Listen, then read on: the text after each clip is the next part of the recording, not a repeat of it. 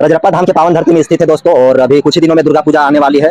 तो चलिए हम लोग सबसे पहले यहाँ पे एंट्री करते हैं। और यहाँ पे एक बाबा मिले हैं जो कि यहाँ के पुजारी हैं, सेवक है, जो कि काफी दिनों से यहाँ पे कार्यरत है। तो चलिए अब हम लोग यहाँ से नीचे की ओर बढ़ते हैं। और यहाँ पे सबसे पहले आपको दुर्गा माँ का मंदिर मिलेगी देखने को। देख तो चलिए यहाँ सामने भी एक प्यारा सा मंदिर है महावीर जी का, बजरंगबली जी का, जो कि यहाँ पे सामने दिखाते हैं आपको। ये रहा साक्षात हमारे हनुमान जी यहाँ पे। और साथियों आप लोग यहाँ पे हमारे पीछे देख सकते हैं, यहाँ पे कृष्ण भगवान का बहुत ही प्यारा यहाँ पे एक मंदिर है, स्टैचू बनाया गया है। आज का ब्लॉग उन सब्सक्राइबरों के लिए है जो कि काफी कमेंट करते हैं और काफी इच्छुक रहते हैं इस आश्रम के बारे में जानने के लिए। और बहुत सारे यहाँ पे जितने भी दूर दराज से यहाँ पे यात्रीगण पहुंचते हैं, बहुत सारे लोगों को दोस्तों इस आश्रम के बारे में पता नहीं थी। तो फाइनली आज आप लोगों के बीच इस ब्लॉग को लाए हैं। तो आप लोग ढेर सारा इस वीडियो को प्यार दीजिए। और मैं रंजित कुमार, और अभी हम रजरप्पा धाम के यहाँ पावन धरती में स्थित है। और आज आपको हम ऐसे बाबा से रूबरू कराने वाले हैं जो कि रजरप्पा के प्राचीन मंदिरों के बारे में दोस्तों आज ढेर सारी जानकारी आप लोगों को मिलने वाली है। तो चलिए सबसे पहले आपको रजरप्पा के लुगु आश्रम ले चलते हैं, जो कि ये रही रास्ता लुगु आश्रम तक जाने की। तो चलिए सबसे पहले आपको वहां पे पहुंचते हैं और आपको बाबा से मिलवाते हैं। चलिए हम लोग आगे बढ़ते हैं। तो आप लोग हमारे साथ ऐसे ही जुड़े रहिए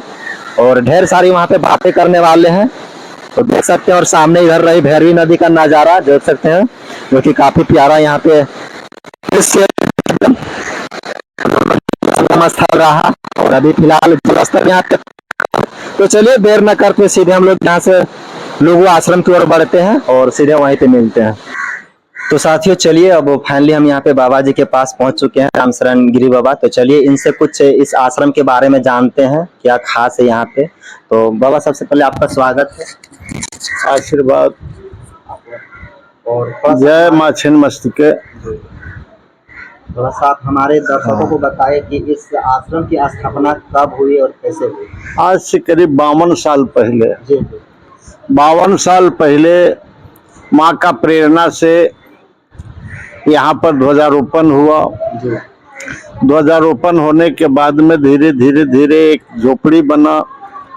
उसके बाद माँ के ही आदेश से जगत जननी आदि शक्ति माँ छिन्नमस्तिका के प्रांगण में हम लोग हैं, उनके दरबार में हैं। जो कुछ भी यहाँ होते आया है सब माई के कृपा से, माई के आदेश से।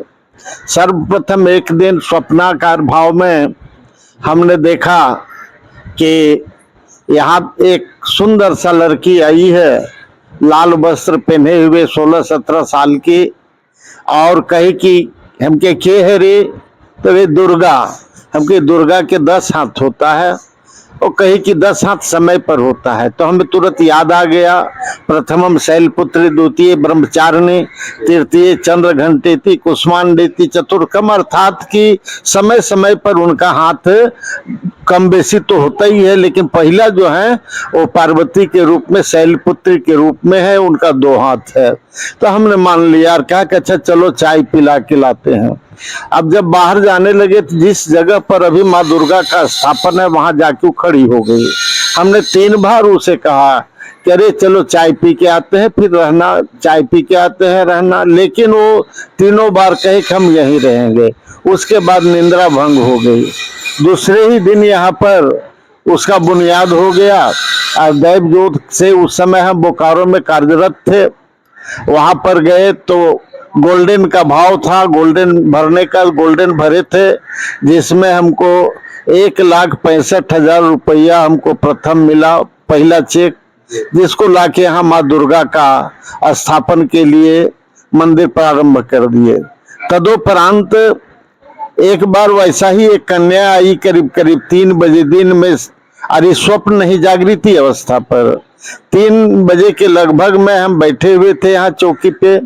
एक कन्या आई, सलवार समीज लाल रंग की पहनी हुई थी, ओढ़नी लगाए, एक बैग उसके पास था।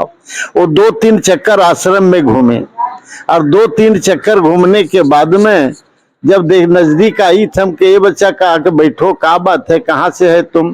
कहे हम यहीं से हैं। कहे क्या चाहिए तुमको, क्या चाहिए? तो कहे कि कुछ नहीं, हमको 1 लोटा पानी चाहिए। कुर्सी ता लगा हुआ, कहे कि बैठो बेटा, बैठ गई। और उसके बाद में हम कुछ पानी पीने के बाद में कहे कि तब और कैसा लगा आश्रम? तो कहे कि सब ठीक है, एगो शनि महाराज का मंदिर नहीं है। तब उसी दिन उसी साल हमने दक्षिण भारत का प्रोग्राम किया, जा रहे थे और ध्यान में था शनि महाराज, और शनि महाराज को निश्चित उधर हम खरीद करके लाए और खरीद को लेके आए यहाँ पर और यहाँ मंदिर में रख दिए। रखने के बाद में कुछ दिन हम लोग भूल गए कि उनका कोई मंदिर बनाना था। एक दिन एक कौवा वहां से उड़ा और ला करके हमारे चौकी पर बैठ गया। बल चौकी में नहीं बल्कि गोदी में आके, हम खैनी बना रहे थे और इधर से उधर घूम रहा था। 10-20 आदमी थे। वो लोग कहे कि बाबा ये बच्चा है, कौवा है। हम कहे कि देखो। उसके बाद में कहा कि नहीं नहीं चोट उठ लगा है, तो वो और जोर से चलने लगा। 2-3 चक्कर लगाने के बाद में लोग कहा कि बाबा बोलता नहीं है। काऊ काऊ 2 बार बोला और यहाँ से निकल के वही जहाँ अभी शनि महाराज का स्थापन किए हैं उस जगह पे जाके बैठ गया। माई की कृपा हुआ कि वहाँ शनिदेव का मंदिर अभी बन गया।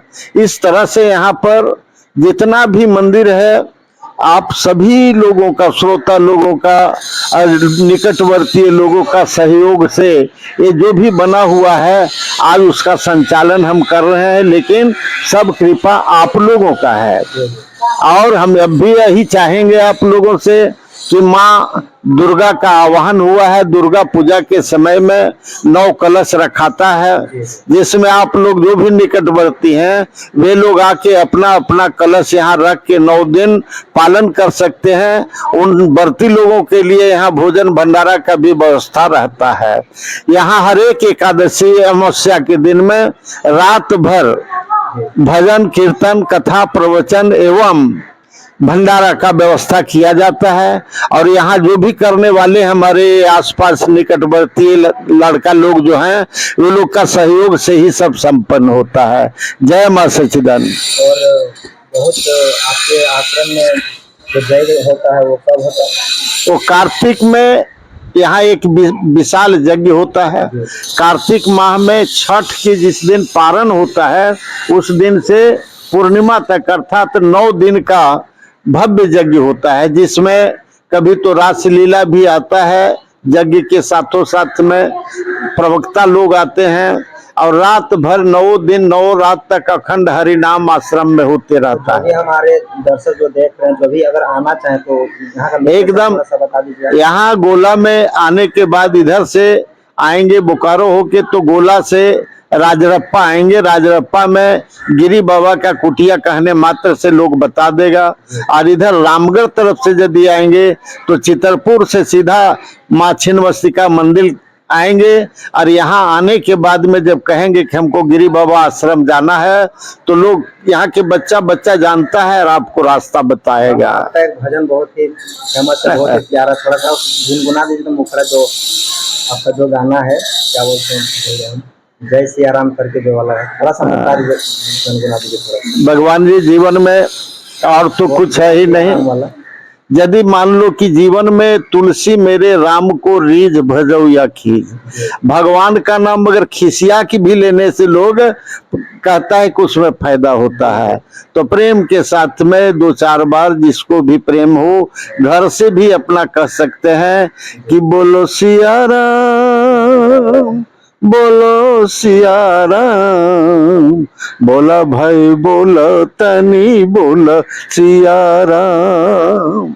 ऐसे भजन यहाँ पर, और खास करके आत्म दर्शन, मनुष्य देवताओं का दर्शन करने वाले बहुत गुरु लोग मिलते हैं, लेकिन जो अपने अंदर में है आत्मा नाम का देवता, जो ईश्वर का ईश्वर अंश जीव अविनाशी, वो लेकिन उसको कोई खोजना नहीं चाहता है। वो हमारे 3.5 हाथ के अंदर में भगवान विराजमान है, जो उस भगवान का एक छोटा सा अंश है। तो सबसे पहले अपने अंदर के भगवान को पूजना चाहिए, खोजना चाहिए, देखना चाहिए, तदोपरांत बाहर के भगवान को देखने से आनंद आएगा।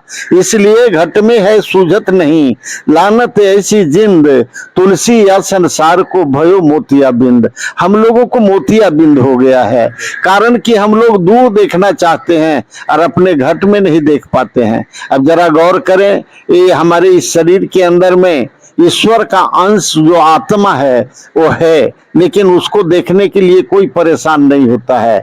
बद्रीनाथ, केदारनाथ, गंगोत्री, जमुनोत्री जा करके भगवान का नाना रूप का मूर्ति देख करके आने में अच्छा लगता है, लेकिन हमारे अंदर में वही भगवान का एक छोटा सा रूप है, उसको हम नहीं देख सकते। अगर उसको हम देख लें तो दुनिया में समझ लो बहुत तरह का संकट दूर हो जाएगा। मानव न कोई छोटा रहेगा न कोई बड़ा रहेगा, काहे कि ईश्वर का अंश सब है। एक कुत्ता बिल्ली से लेकर मनुष्य तक में वही जीव विराजमान है, वही परमात्मा विराजमान है। तो सबसे प्रेम लोगों के अंदर में होगा, और सबसे जब प्रेम होगा तो समझ लो यही स्वर्ग हो जाएगा। अभी तो क्षण क्षण पर, कदम कदम पर छल प्रपंच चारों ओर भरा हुआ है। एक कदम अगर किसी को भैया कहो तो वो सोचता है कि हमको भैया कहा तो या तो कुछ हमसे पाना चाहता है, और नहीं तो अगर उसके पास है तो हमको पा लेना चाहिए। तो बराबर छल प्रपंच में हम लोग डूबे रहते हैं। इससे निकलने का निराकार वही है जब आत्मा को लोग जाने। आत्मा को यदि जान जाए तो जीव कण कण में जो विराजमान है प्रभु, उस प्रभु को लोग पहचान जाएगा। धन्यवाद। तो साथियों चलिए बाबा के इन्हीं शब्दों के साथ वीडियो को यहीं तक रखते हैं। और आज बाबा से दर्शन करके काफी अच्छा लगा, आनंदमय फील हुआ पूरा। तो अगर आप लोग भी दोस्तों बाबा के मुख से अगर प्यारे प्यारे भजन सुनना चाहते हैं तो कार्तिक पूर्णिमा में ना, हाँ, प्रत्येक अमावस्या और साल के प्रत्येक कार्तिक महीना में आप लोग आइए। यहाँ पे बहुत ही बड़ा यज्ञ का आयोजन किया जाता है, जो कि बाबा के मुख से आपको भजन प्यारे प्यारे सुनने को मिलेगी। तो चलिए अब यहाँ पे बाबा यहाँ पे खाना पीना कर रहे थे तो थोड़ा सा डिस्टर्ब कर दिया हम लोग। तो चलिए वीडियो को यहीं तक रखते हैं।